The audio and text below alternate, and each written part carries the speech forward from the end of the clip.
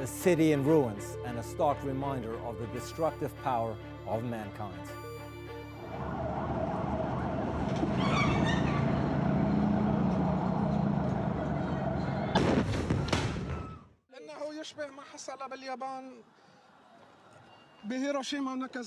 It looks like Japan in Hiroshima or Nagasaki. That's what this reminds me of. I've never seen this amount of destruction on this scale. Despite the stark differences, the explosion in Beirut reminded the world of the atomic bombing of Hiroshima. 75 years on, we're asking why the world is still full of nuclear weapons and whether treaties are no longer keeping us safe. I'm Ali Aslan, and today's newsmaker is the 75th anniversary of the nuclear attack on Hiroshima.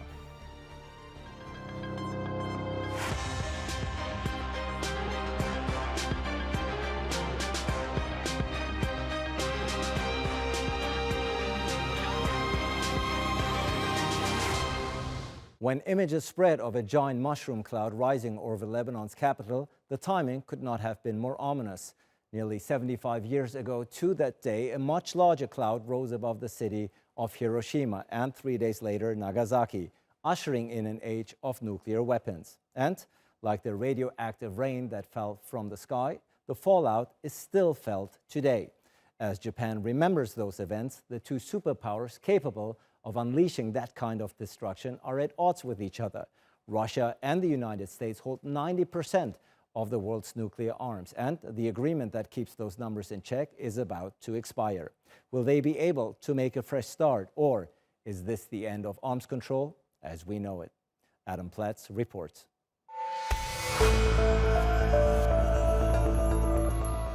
On the 6th of August 1945, the Japanese city of Hiroshima became the first target of a nuclear weapon. 3 days later, Nagasaki became the last. As many as 100,000 people were killed instantly in the blasts. Thousands more died from the effects of radiation. The memories will never leave the survivors, known as hibakusha, who for 75 years have campaigned relentlessly for nuclear disarmament. And I started seeing some things, and ghostly procession of ghosts. I couldn't call them human beings. They simply looked like ghosts. The hair was standing up, and they were all burned skin and flesh were hanging from their bones, and they were slowly shuffling from the center part of the city. The US said the bombing saved lives by bringing the Second World War to a swifter end. Some historians say they were partly a show of force to contain Soviet aggression in the looming Cold War. But only 4 years later, the USSR developed its own nuclear weapons, followed by other nations, the last of which was North Korea in 2006. Thanks to arms treaties, the number of warheads is down significantly from a peak in the 1980s, but there are still more than 13,000, enough to destroy civilization.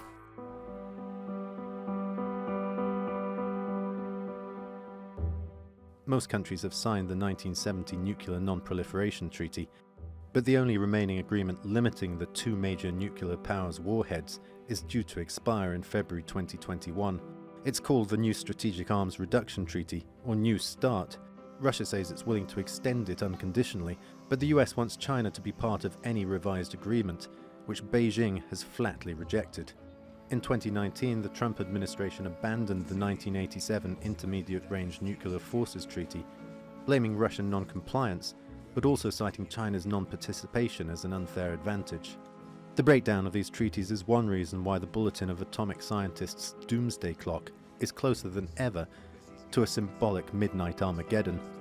Japan is commemorating the 75th anniversary of the Hiroshima bombing, as the world seems to be entering a new Cold War, this time between the US and China. With that in mind, is there any real chance that nuclear arms will finally be abolished, at last putting fears to rest? 今もそうなんだけど、真綿でこう首絞められてるような思いなんですもん。じわじわとこうその窒息していくような核があるというところとか恐怖とかっていう感じでずっと思うはあるんですね。Adam Platz, the newsmakers. Joining me now from Nagasaki is Tatsujiro Suzuki. He's the Vice Director of the Research Center for Nuclear Weapons Abolition at Nagasaki University. Tatsujiro, certainly a very somber day for you, for your country, for the city of Hiroshima, but also Nagasaki, of course, a scar, a deep scar that's been impacted and imposed on your nation, undoubtedly. What is the legacy of this attack that we now commemorate 75 years on? Yes, the biggest legacy is, of course, as you show on the film, the survivors, their testimonies, their voices, their experiences, everything they even existence themselves show how horrifying the experience that they had. And this is exactly what we have to tell to the world, that what happened under the mushroom cloud is really the message we have to give to the world. And certainly we just heard some of the survivors, and the pain still lingers on 75 years later. Are you concerned, if you look at current events these days, are you concerned that humanity has not learned the right lessons from this tragic incident? Right. I'm really concerned, particularly after the Trump administration came in. Their administration is now based on the assumption that they can use the nuclear weapons. And this is the taboo that we have not we should not break. And they are developing so-called small nuclear weapons that can be so-called easily usable. This is a very dangerous sign that we are entering the new time that the nuclear weapon can be used. And this is the very dangerous sign. A dangerous sign indeed. The goal to eliminate all nuclear weapons from the face of this earth has not been accomplished despite all the political rhetoric. How concerned are you about a repetition of some sort of the events that we have seen more than 7 decades ago in your country? I think the most important thing is that we should keep the taboo of not to use nuclear weapons. Unfortunately, the survivors, the Hibakusha's average age is now more than 83 years old, and the memories are fading. And this is an important time to remember how to remember those memories and how to transfer those experiences to the next generation. Otherwise, people forget how terrifying the nuclear bomb is. So this is the critical moment for the human race, that we should not forget the danger of nuclear weapons. Clearly, an impact that is felt to this day in Japan. How has this horrific incident 75 years ago impacted your country, Japan, even in the year 2020? Right. Definitely the message from the Hibakusha led to the so-called non-nuclear three principle of Japanese policy. Definitely most of the public wants to eliminate nuclear weapons. And however, Japan itself depends on so-called nuclear umbrella, and their dependence on nuclear deterrence is becoming larger, especially because of the threats coming from North Korea and China. And this is, again, a huge dilemma which human race is facing. We have to eliminate nuclear weapons, but at the same time, we have to solve the short-term threats coming from nuclear weapon states. So how are we going to do it? I think the most important thing is to remember that there is no winner in the nuclear war. Keep the memories alive of those who have suffered from this attack. Right. Tatsujiro Suzuki, thank you so much for joining us on this undoubtedly very painful day for your country. Let's look at nuclear arms post Hiroshima now, and Dan Smith is joining us. He's the director of the Stockholm International Peace Research Institute. Dan, you just heard Tatsujiro speak about the lessons learned and the scars that have been impacted on his nation. Your first reaction? Well, first of all, I mean, when I visited Hiroshima, I found it extraordinarily moving, both to see the city, to see the leftovers of the destruction, the historic dome, and also to meet survivors. I think the second thing to say, the second thing I'm struck by is that as time passes, the impact of the events is somehow in consciousness is sliding away. The point being made about, the memories are fading. I'm afraid that these days maybe not quite enough people give nuclear weapons the respect that they should be giving. These are fearful, awesome things. And we really have to start from that point of view. They're too powerful ever to be used or actually ever to give anybody real power.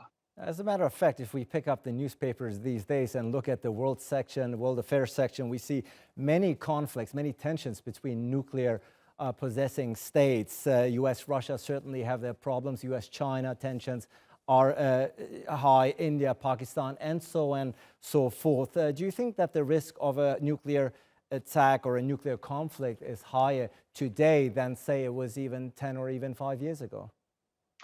Yes, I think it is. I think one should start by saying that the use of nuclear weapons is actually still very unlikely. The taboo is still strong, and the reality is that nothing would be gained.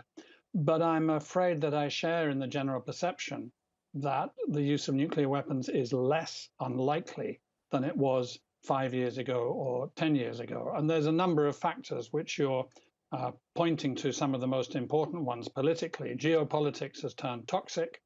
The geopolitical rivalries at the global level, but also geopolitical rivalries at the more regional, local level, as between India and Pakistan, and also between allies of the nuclear superpowers, as, for example, between Iran and Saudi Arabia.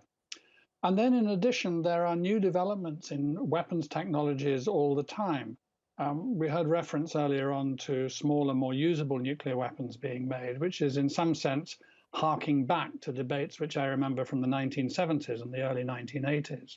But in addition now, you have cyber technology and you have artificial intelligence coming in. This is going to have an enormous impact on strategic stability, as the capacity and therefore the necessity to make decisions of planetary life and death extremely quickly will increase all the time. So I think that we are facing new dangers at the moment, and we do really need to put some new life back into arms control and into nuclear arms reduction. This is the time now to bring the focus back on this discussion. Now we want to broaden the discussion and bring in Miles Pomper in Washington, D.C. He's a senior fellow at the James Martin Center for Non-Proliferation Studies. And in Moscow, we have Andrei Kurtinov. He's the Director General of the Russian International Affairs Council. Miles, interestingly enough, when we had Tatsujiro Suzuki on just a few minutes ago, he said that the likelihoods and the dangers of a nuclear attack, or rather the risk, has become higher under the current U.S. administration, Trump administration. And it is true, of course, that U.S. President Trump has withdrawn from the INF Treaty and canceled the Iran deal, which was supposed to prevent Iran from acquiring nuclear weapons. Would you accept the assertion? Would you accept the accusation on the part of Tatsujiro that the current U.S. administration has made or has raised nuclear conflict to a much higher extent? Well, I think the administration shares some of the blame. I think Mr. Suzuki is right in terms of the danger is greater than it was, say, 5 or 10 years ago. I wouldn't put all the blame on the United States, but certainly some of the moves made by the administration, both in terms of the deployment of certain weapons and getting out of certain arms control pacts, has made the situation worse. But there's blame to go around to Russia, China, and other countries as well. And certainly, and let's bring in Andrei and Russia in this particular instances. Certainly the two countries, the US and Russia, that still hold 90% of all nuclear arsenal worldwide. Russia's role here, of course, is critical also in terms of pushing disarmament all across the world. How do you see the Putin administration, how do you see Vladimir Putin on this particular stance moving forward? Well, frankly, I don't think that nuclear arms control is very high on Putin's agenda. I think the perception is that we would like to have arms control. We would like to extend the New START agreement with the United States. But if it is not possible, if it is not feasible, we have our own means to defend our security no matter what the United States is doing. I'm afraid that in Moscow, they accept the end of the traditional arms control, and they're not ready to fight, to engage China, at least at this particular juncture. They argue that they fully understand the Chinese position on arms control. And therefore, I think that the overall mood in Moscow is relatively pessimistic. The old arms control is almost gone, even if we are able to extend the New START agreement. But no one really knows how it can be replaced with a new model of arms control, which will be multilateral, which will be focused not on numbers, but on quality, and which will probably be not legally binding in terms of the format, but envisage new types of agreements, more flexible, and this is something which is not clear how to achieve. Dan, certainly the lack of trust and higher tensions between the US and Russia are not creating an environment very conducive to disarmament. Now, add to that the mix, add to that a very ambitious China that is coming up and rising in geopolitical affairs. The US and Russia have launched new nuclear talks and invited China to join, but Beijing has refused to participate. What do you make of this? Well, I think it's the US which has invited China to join rather than the US and Russia. And China has pointed out that they have approximately 320 nuclear warheads, whereas Russia and the US have some 6,000 and 5,000 respectively. And I think Chinese spokespeople have actually been quite witty about saying that, they assure the world that if Russia and the US will only reduce their numbers to China's level, then China will join in the talks. And I think you can see their point. For me, the sensible way to go forward would be to extend New START. I mean, that can be done actually with a phone call. It just needs the two leaders to say, let's do it. And then you have 5 years of an extended treaty in which there is time then to start talking and thinking properly about the issues that Andrei Kortunov just quite rightly raised. I mean, arms control, as it has been, for better or worse, is probably over. There are new challenges which need to be taken on.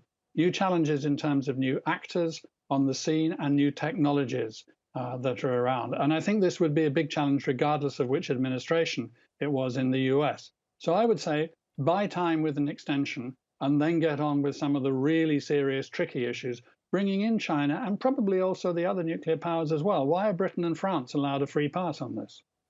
Miles, of course, the US finds itself in the midst of a very heated US election campaign against the backdrop of a pandemic, which has hit the US particularly harsh. How realistic do you think it is to put this issue on the political agenda these days in Washington? Do you think it will get any feedback or attention?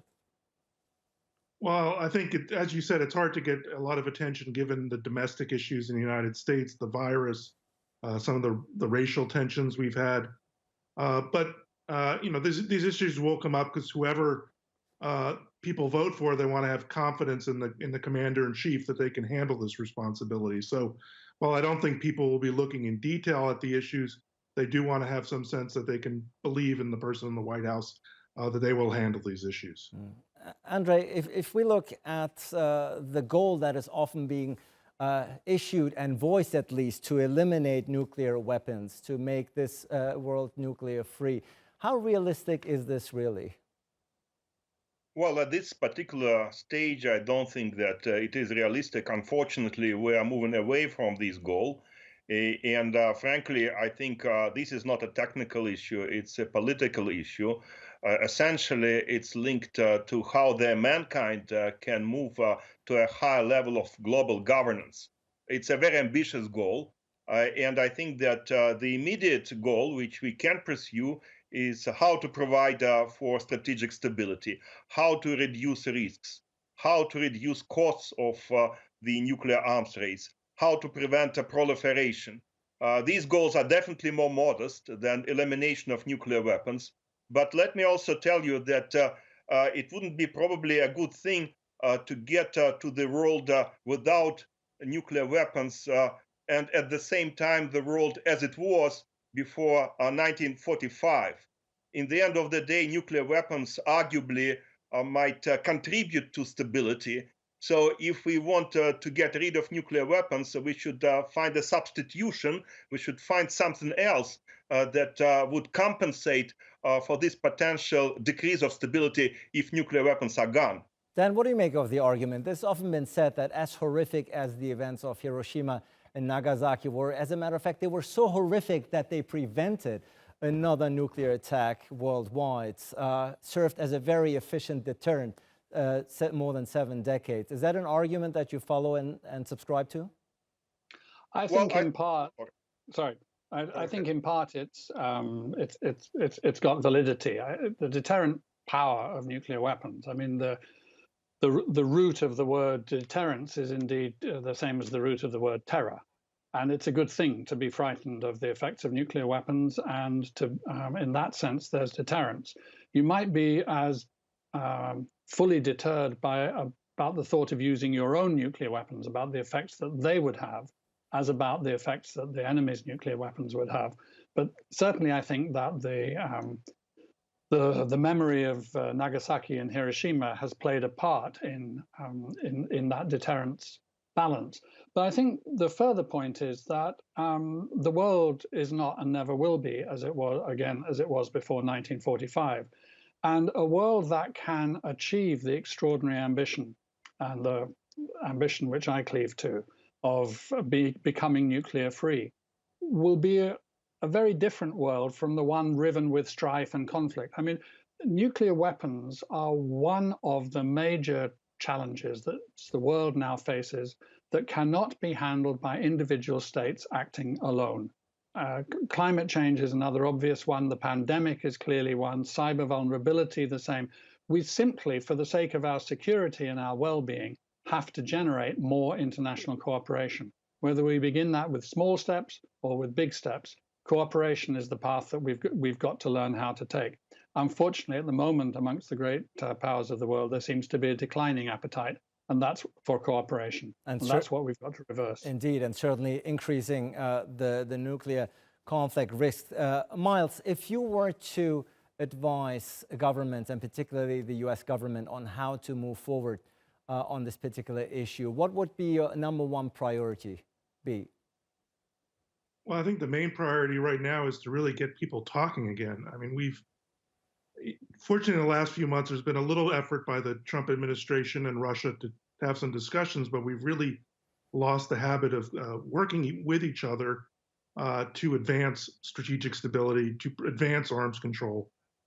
So first, we need to the U.S. and Russia need to extend the New START, as my fellow panelists have said, and then we need to work on additional measures, whether they're formal arms control agreements or more likely sort of confidence-building measures and transparency measures to make sure that we have a more stable world, a world where people can feel more confident that we're not going to have a nuclear attack like we had 75 years ago. Andre, do you see a political environment forthcoming anytime soon where the debates and the cooperation that both Dan and Miles spoke about will intensify?